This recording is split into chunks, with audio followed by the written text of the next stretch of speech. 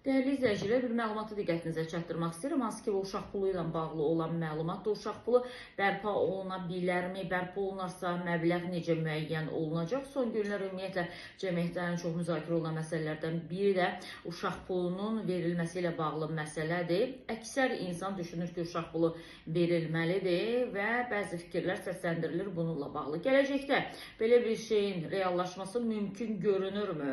Bununla bağlı Global.com Global Infoya istinadən məlumat yayıb və bildirir ki, iqtisadçı Eyüp Kərimli deyir ki, uşaq pulu gələcəkdə tətbiq oluna bilər. Demoqrafik vəziyyətin sabitləşdirilməsi baxımından belə bir addımın atılması mümkündür. Lakin hansı uşaqlara, hansı məbləğdə və neçə uşaqdan sonra veriləcəyi artıq sosial siyasətin və demoqrafik strategiyasının parametrlərindən asılı olacaq. Strategiyanın parametrlərindən asılı olacaq. İqtisadçı onu da qeyd edib ki, müəyyən edəcək məbləğ birbaşa dövlət büdcəsinin imkanları ilə bağlıdır.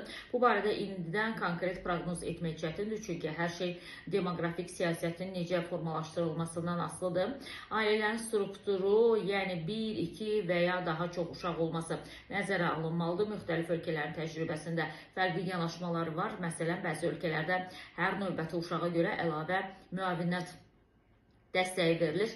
Azərbaycanda da bu məsələdə demoqrafik prinsiplərin inkişafı istiqaməti və dinamikası nəzərə alınaraq qərar verilə bilər.